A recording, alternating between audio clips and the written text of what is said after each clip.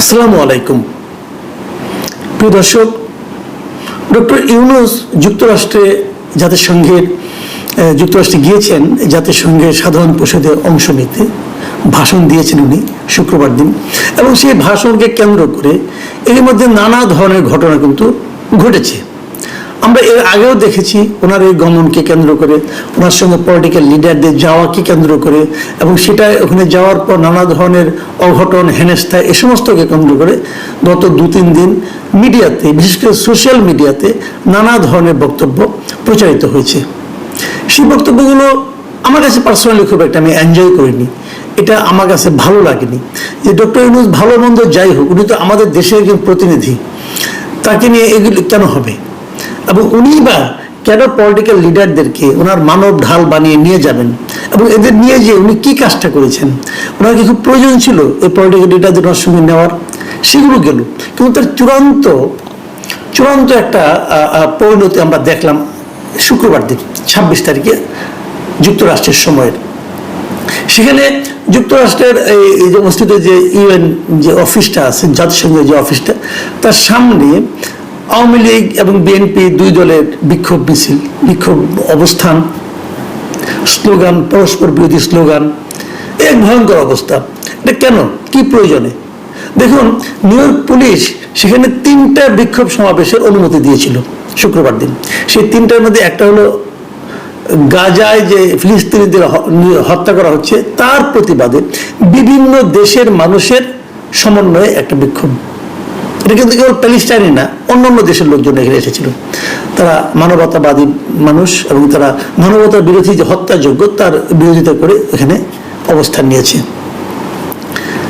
এবং আর যে দুটো বিক্ষোভ ছিল, সে দুটো, একটা হলো আমাদের আওয়ামী লীগ, একটা হলো বিএনপি। আওয়ামী লীগ গিয়েছিল ডক্টর ইউনূসকে দুয়ো দিতে, আর বিএনপি গিয়েছিল ডক্টর ইউনূসকে জিন্দাবাদ বলতে। এই তো ঘটনাটা। কেন? প্রয়োজনীয়তাটা কি? ধরা যাক আওয়ামী লীগ খুব ভালোভাবে দুয়ো দিতে পারলো, ধরা যাক বিএনপি আওয়ামী লীগকে প্রতিহত করতে পারলো, তাতে কি আসে যায়? কি আসে যায়? এই যে আক্তারের পিঠে আপনি ডিম মারতে পেরেছেন, কি আসে যায় এতে? আক্তার কি, আপনারা আওয়ামী লীগের লোকজন যারা, তারা আক্তারকে কি মাথায় তুলে নাচবেন এটা আক্তার সাহেব আশা করেছিল? করেনি তো। তাহলে এতে কি আসে যায়টা কি বলেন? আমি না এই জিনিসটাই কিন্তু বুঝি না, যে কেন এখানে এভাবে শ্রম বিনিয়োগ করা হয়, সময় বিনিয়োগ করা হয়, এবং রিস্ক নেওয়া হয়। আজকে যেটা ঘটলো, এই অনুষ্ঠান শেষে যখন তারা চলে আসবে, দুই পক্ষই মোটামুটি হইচই করেছে। বিএনপির মধ্যে অন্তর্দ্বন্দ্বও ছিল, আবার ওদের একজন গিয়েছিল, তাকে আবার তার দলের লোকরাই দুয়ো দিয়েছে। এগুলো করেছে, এগুলি কেন? এগুলি করার কোনো অর্থ হয় না আমি মনে করি। এবং আবার ইয়ের সঙ্গে, বিএনপির সঙ্গে কিন্তু জামাতে ইসলাম, নাগরিক পার্টি, তারাও সেখানে ছিল। একজন দেখলাম একটা ছবিওয়ালা ডাস্টবিন নিয়ে গিয়েছিল। কেন? আপনি এটা দিয়ে আপনি ক্ষোভ প্রকাশ করতে যাচ্ছেন, করেন ভাই, কিন্তু এটা কেন? এই জায়গায় এই ছবিওয়ালা ডাস্টবিন যেটা, এটা নিয়েও কিন্তু আরেক নাটক। আপনি ওনাকে যদি জিজ্ঞাসা করেন, উনি বলবেন এটা তো আমি শুরু করিনি, এটা দিয়ে সরকার শুরু করেছে। এই সরকারের একজন বেতনভোগী কর্মকর্তা, প্রেস সেক্রেটারি, তিনি নিজে এটা শুরু করেছেন ইয়েতে, গত বছর বইমেলাতে, হাসিনার ছবি সহ ডাস্টবিন। এগুলো কোন ধরনের রুচি, এটা আমি বুঝি না। তো এই যে অরুচিকর ঘটনাগুলো সবসময় মনে রাখবেন, একটা অরুচিকর ঘটনা আর 10টা অরুচিকর ঘটনার জন্ম দেয়। শেষ পর্যন্ত এই দেশটা কি এই সময় অরুচিকর কর্মকাণ্ডে পরিপূর্ণ হয়ে যাবে?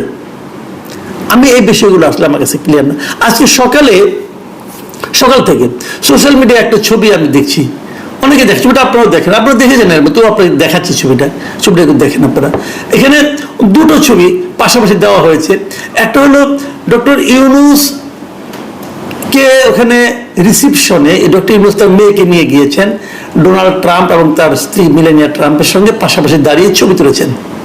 এবং এটার সঙ্গে আরেকটা ছবি, অন্য একটা দেশের একজনের সঙ্গে একটা ছবি, সেটা ওখানেও তার মানে দুজন গিয়েছেন, তাদের ছবি দুটোকে মিলিয়ে দেখানোর চেষ্টা করা হয়েছে, বলার চেষ্টা করা হয়েছে যে ডক্টর ইউনূসের এই ছবিটা নাকি এআই ক্রিয়েটেড, মানে এআই দিয়ে বানানো হয়েছে, ভুয়া একটা ছবি। এটা বলা হচ্ছে। কেন বলা হচ্ছে? এটা সত্য মিথ্যা আমি জানি না, এআই দিয়ে বানানো কোনো তাও আমি জানি না, কিন্তু এই যে ছবিটা বারবার ঘুরপাক খাচ্ছে, এটা কারা পাঠাচ্ছে, কারা ঘুরপাক খাচ্ছে, কারা শেয়ার করছে এবং কেন শেয়ার করছে, কি মন মানসিকতা নিয়ে শেয়ার করছে। ধরা যাক এটা এআই ক্রিয়েটেড, তাতে কি লাভ, তাতে কি ক্ষতি?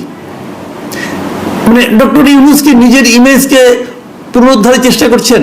এই ছবিতে পুনরুদ্ধার হয়? এদেশের মানুষ ওনাকে যেভাবে দেখে, গত 1 বছরে উনি যা যা করেছেন সেটা দিয়েই তো মানুষ তাকে বিচার করবে, তাই নয় কি? উনি তো ওনার অবস্থান খুইয়েছেন, উনি ওনাকে অনেক নিচে নামিয়ে ফেলেছেন অলরেডি। আর কি উঠাবেন? ট্রাম্পের সঙ্গে একটা ছবি তুলতে পারলে কি? শেখ হাসিনাও তো জো বাইডেনের সঙ্গে ছবি তুলেছিল, তাতে কি হয়েছিল? ওই ছবি ওনাকে রক্ষা করতে পেরেছিল? পারেনি তো। ছবি কাউকে রক্ষা করতে পারে না। রক্ষা করার জন্য জনগণের আপনার কাছে যেতে হবে, জনগণকে আপনার কাছে নিতে হবে। সেটাকে ওনারা করতে পেরেছেন? ডোনাল্ড ট্রাম্পের ওখানে ছবি তোলা না তোলা কিছু যায় আসে না ভাই। ডোনাল্ড ট্রাম্প তো মোদিকেও মাই ফ্রেন্ড বলে অভিহিত করতেন। মোদি তো ওখানে যে বলে এসেছিল আপকা বার ট্রাম্প সরকার, তো অনেক কিছু তো বলছে। তাতে কি হয়েছে? ইন্ডিয়ার সঙ্গে ডোনাল্ড ট্রাম্পের সম্পর্ক কি অবস্থায় আছে বলেন? একটা ছবিতে কিছু হয় না, স্থায়ী হয় জনগণ। আপনি জনগণের কতটা হৃদয়ের কাছে যেতে পারলেন সেটাই হলো ঘটনা। বাকি সব এমনি এমনি, ওগুলির কোনো মূল্য নাই ভাই। এটাই দুনিয়ার নিয়ম। দেখুন ডক্টর ইউনূস কি বলেছেন সেই যার সঙ্গে সাধারণ পরিষদের বক্তব্যে, উনি কি, আমি বলি না একটা মাত্র আমি লাইন আপনাদেরকে পড়ে শোনাবো। তিনি বলেছেন যে বিগত 1.5 দশকের অভিজ্ঞতায় আমরা দেখেছি যে জবাবদিহিতা ছাড়া কোনো উন্নয়ন ক্ষণস্থায়ী ও ভঙ্গুর, যে কোনো উন্নয়ন ক্ষণস্থায়ী ও ভঙ্গুর। মানে উনি বাংলাদেশের উন্নয়ন সম্পর্কে বলতে যে বলেছেন যে যদি এই যে উন্নয়নগুলো হয়েছে, এই উন্নয়নগুলো যদি জবাবদিহিতা না থাকে তাহলে এই উন্নয়ন ক্ষণস্থায়ী, এই উন্নয়ন টিকবে না, টেকসই না বলেছেন। ভালো কথা, ওনার কথা কিন্তু একদম আমি উড়িয়ে দিচ্ছি না, একদম সত্য কথা বলেছেন। যে কোনো উন্নয়ন করেন, কাজ করেন, জবাবদিহিতা থাকা হতো। এই যে পদ্মা সেতু হয়েছে, জবাবদিহিতা কি ছিল? ছিল না, টাকা চুরি হয়েছে। এই যে মেট্রো রেল হয়েছে, জবাবদিহিতা কি ছিল? ছিল না, টাকা চুরি হয়েছে। মানে ধরা যাক কথার কথা যে এই ব্রিজগুলো করতে 10 টাকা খরচ হয়েছে, আপনি 35 টাকা বিল করেছেন, মানে 25 টাকাই মেরে দিয়েছেন, ধরে নিলাম, মানলাম। কিন্তু চুরি যেটা করেছে করেছে, কিন্তু ব্রিজটা তো রয়ে গেছে। বৃষ্টিকে দিয়ে এখন মানুষ সুফল পাচ্ছে না? পাচ্ছে।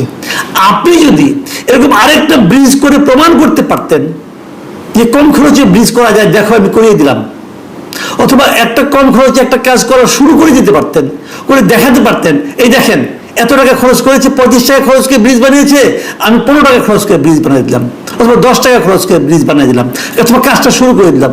যদি করতে পারতেন গত 1 বছরে, তাহলে মানতাম যে আপনার এই কথার মূল্য আছে। পেরেছেন? পারেননি তো। নিজে কাজ করে প্রমাণ করুন, তা তো পারেননি। কাজে এই কথা আপনার মানায় না। বরং আপনি যখন এই কথা বলেন তখন মানুষ বলে যে আপনি নিজে কতটুকু জবাবদিহিতার মধ্যে আছেন, আপনি যা যা করছেন জবাবদিহিতা আছে।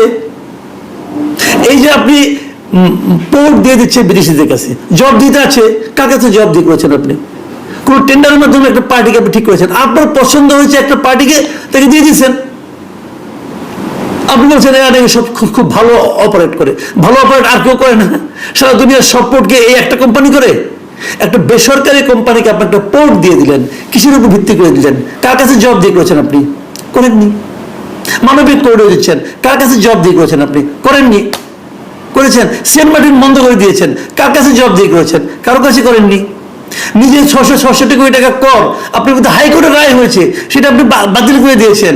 আপনার বিরুদ্ধে একটার পর একটা মামলা আপনি নির্বাহী আদেশে প্রত্যাহার করে নিয়েছেন। কার কাছে জবাব দিয়ে করেছেন ভাই? কারো কাছে করেননি। এইগুলি জবাব দিয়ে আপনাকেও করতে হবে। আপনার পরে কোনো একজন যে রাষ্ট্রনায়ক যে ওই জাতির সঙ্গে বলবে আপনার ব্যাপারে, প্রস্তুত থাকেন। দুনিয়াটা এরকমই। আমি এই কথাটাই বলি যে যা দেখছেন এটাই চলমান, এটাই চলবে, আর এর শেষ হবে না, এরকম মনে করার কোনো কারণ নেই। দুনিয়াটা বড় বিচিত্র। আপনি যা বলবেন একদিন সেটা আপনার দিকেও আসবে। আর আওয়ামী লীগ বিএনপিকে বলি, যারা ওখানে যে মারামারি করেন, কাটাকাটি করেন, আপনার নেতার জন্য জিন্দাবাদ বলেন, ভাবেন দেখবে আজকে দেখলাম বিএনপির এক লোককে জেলে নিয়ে গেছে, আওয়ামী লীগের এক লোককে মারছে, মায়ের খেয়ে সে লোকের দাঁত পড়ে গেছে, সে হসপিটালে গেছে। এই যে আপনার দাঁতরা শাহাদাত বহন করলো, কার জন্য বহন করলো ভাইয়া? কার জন্য? এই আওয়ামী লীগের নেতৃত্ব, আবার তাদেরকে আপনি আনতে যাচ্ছেন। কারা সেই নেতৃত্ব? যারা এসালনকে করেছে, পেট্রোনাইজ করেছে, আজিজ খানকে পেট্রোনাইজ করেছে। এরা কোথায় এখন? এরা তো কেউ বাংলাদেশের নাগরিকও না। এসালন সিঙ্গাপুরের নাগরিক, সে বাংলাদেশের নাগরিকত্ব ত্যাগ করে সিঙ্গাপুরের নাগরিকত্ব নিয়েছে, আর আমার দেশের ব্যাংক লুটপাট করেছে। কে করতে দিয়েছে? এই শেখ হাসিনা করতে দিয়েছেন। অস্বীকার করতে পারবেন উনি? উনি এর বিরুদ্ধে কোনো অ্যাকশন নিয়েছেন? পত্রিকা রিপোর্ট হয়েছে, কোর্ট আদেশ দিয়ে সেই রিপোর্ট সেটা তদন্ত বন্ধ করে গেছে। এগুলো হয় নাই। সেই লোককে আমি আবার আনতে চাইবো। অনেকে তুলনা করেন, আওয়ামী লীগ আমলে ভালো ছিলাম না, এই ভালো ছিলাম। ভাই দেখেন, আওয়ামী লীগ আপনি কেমন ছিলেন? আওয়ামী লীগ আমলে আমরা খুব খারাপ ছিলাম, খুবই খারাপ ছিলাম। আমাদের মানে ছিল না, বাক স্বাধীনতা ছিল না, আমাদের গণতান্ত্রিক অধিকার ছিল না, আমরা ভোট দিতে পারতাম না, সব শেষ হয়ে গেছিল। এখন আমি কি আওয়ামী লীগের সঙ্গে এই সরকারকে তুলনা করবো না? করবো না। আমরা তুলনা করবো, আমরা কি চেয়েছি, আমাদের কি প্রত্যাশা, তার সঙ্গে তুলনা করবো। সেই প্রত্যাশা আওয়ামী লীগ আমলেও নিহত হয়েছে, এই সরকারের আমলেও নিহত হচ্ছে। আওয়ামী লীগ এবং এই ইউনূস সরকার, এই দুটোর মধ্যে তুলনা করার জন্য আমরা বসি নাই। আমাদের বক্তব্য হলো, আমাদের যা দরকার সেটা আমরা পাচ্ছি কিনা, সেটা পাওয়ার জন্য আমরা আন্দোলন করবো। ইউনূস সরকার যেটা পারে তার সমালোচনা করবো। এখন আওয়ামী লীগ সরকার খারাপ ছিল, ইউনূসের সমালোচনা করা যাবে না, এটা কিন্তু আমি মনে করি না।